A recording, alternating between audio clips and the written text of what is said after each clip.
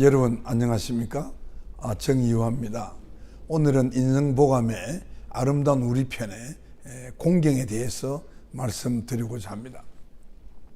사람이 살아가는 데 있어서 면면이 이어져야 할 삶의 향기가 공경입니다. 부모님에 대한 효도는 인간 사회의 원초적인 윤리로 간주하여 왔습니다. 가정 내에서 부모와 자녀 간에 지켜야 할 예의는 인성 발달의 초석이 됩니다. 예를 다한다는 것은 상대를 배려하고 존중하는 형태를 뜻합니다. 윗사람에 대한 존중과 배려가 곧 옛 성현들이 강조해온 효에 해당하는 공경입니다. 공경은 몸가짐을 조심스럽게 하여서 받들어 모시자는 의식에서 출발합니다.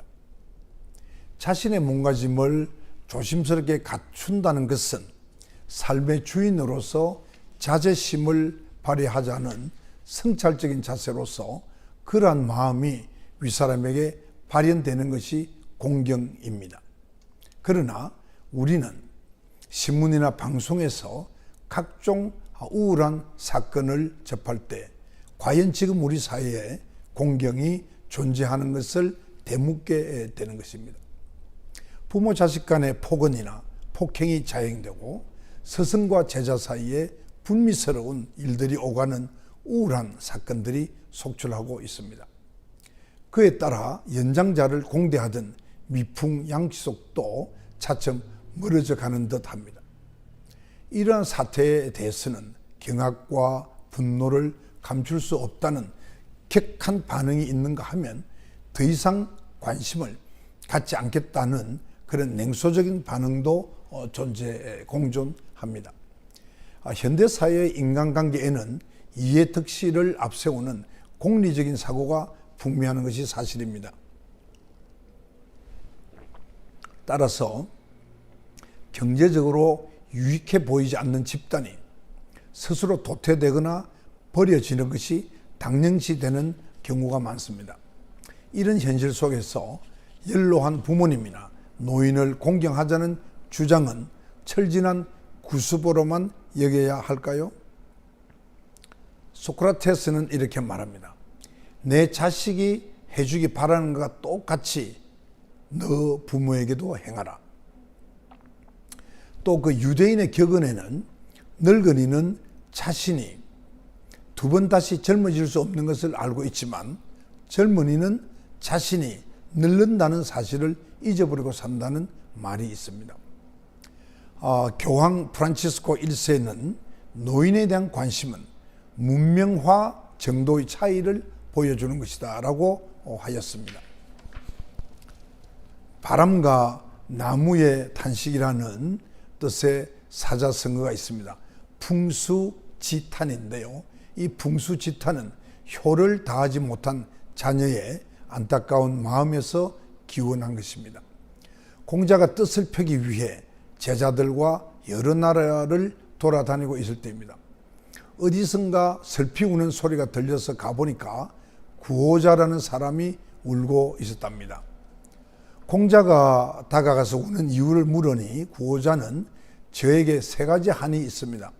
첫째는 공부를 한다고 집을 나섰다가 고향에 돌아가 보니 부모님께서 이미 세상을 떠나신 것이고, 둘째는 제가 찾는 군주를 세상 어디서도 만나지 못한 것입니다. 셋째는 서로 마음을 터놓고 지내던 친구와 사이가 멀어진 것입니다. 하고 답했다고 합니다.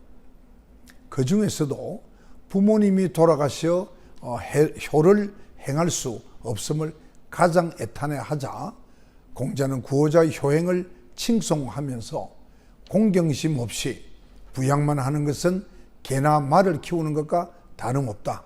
그래서 견마지양이다 라고 덧붙였다고 합니다.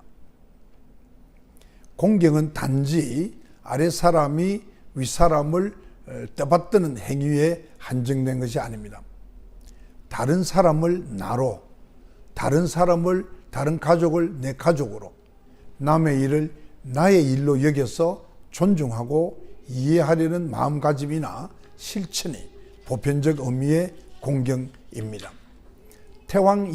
태계 이황은 공경을 몸소 실천한 대표적인 인물로 꼽힙니다. 태계 선생께서 안동에 있고 아들 내외는 서울에서 생활하던 그런 시절에 손자 며느리가 종손을 얻었는데 젖이 돌지 않아 애를 먹었다고 합니다. 이때 마침 안동에 있는 여자 노비가 아이를 낳자 그를 서울로 올려 보내달라는 기별을 받았다고 합니다. 하지만 태계는 내 아이 살리자고 남의 아이 젖을 끊을 수는 없다라며 이런 지하에 거절했습니다. 태계 선생께서는 자신의 대를 잇는 것보다 세상 모든 생명을 존중하는 것이 더 큰 가치였던 것입니다. 이러한 보편적 인류에는 공경의식이 날로 쇠퇴해가는 최근에 이르러 절실해지고 있습니다.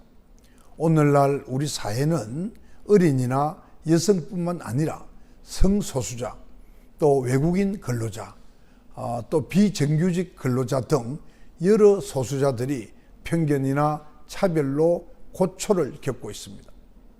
모든 사회적 약자와 소수자들의 입장을 헤아리 보고 평등하게 대할 수 있는 마음이 보편적 공경의 정신적인 기초라 할 수 있습니다. 존재 자체에 대해 경외심이나 감사를 느끼는 마음이 곳곳에서 품어져 나오는 사회야말로 성숙한 시민사회의 참모습인 까닭인 것입니다.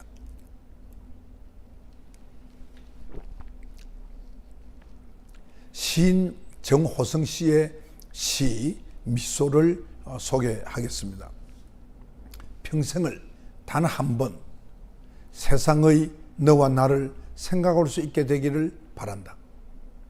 턱을 손에 괴고 눈을 아래로 낮은 대로 더 낮은 대로 저 땅 아래에서 물 아래까지 내려가 인간의 낙엽으로 다시 썩을 수 있게 되길 바란다. 너를 향한 내 인간의 자세가, 너를 향한 내 인생의 미소가, 이처럼 공경이 인간 세계에 널리 확산할 수 있도록 우리 사회는 살맛나는 세상으로 변모할 것임이 틀림없습니다. 나아가 공경이 인간 사회를 넘어서 존재하는 모든 것들을 외연화할 때에 삶의 향기는 만방에 보다 넓고 깊고 진하게 풍미할 것입니다. 특히 그 자연에 대한 공경심은 물, 흙, 그리고 공기, 나무, 바위 등을 인간의 삶의 편익을 주는 진료나 또 도구로 간주하는 기술 문명의 한계를 초월할 수 있는 정신적인 요인으로 작용해서 각축적인 경쟁 사회를 상생적인 그 생태계로 전환할 수 있는 계기를 제공할 수 있을 것입니다. 이상이 그 인성보감에 소개되어 있는 공경에 대한 내용입니다.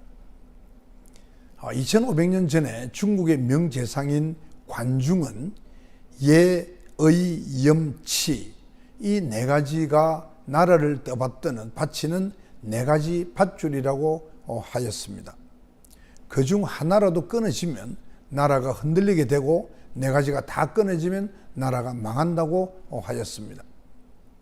작금의 우리나라를 보면 예도 무너지고 있고 공정도 정의도 무너지고 있습니다. 공무원들의 청렴성도 나빠지고 있고 잘못을 저지르고도 부끄러운 줄을 모르는 사회로 변하고 있습니다.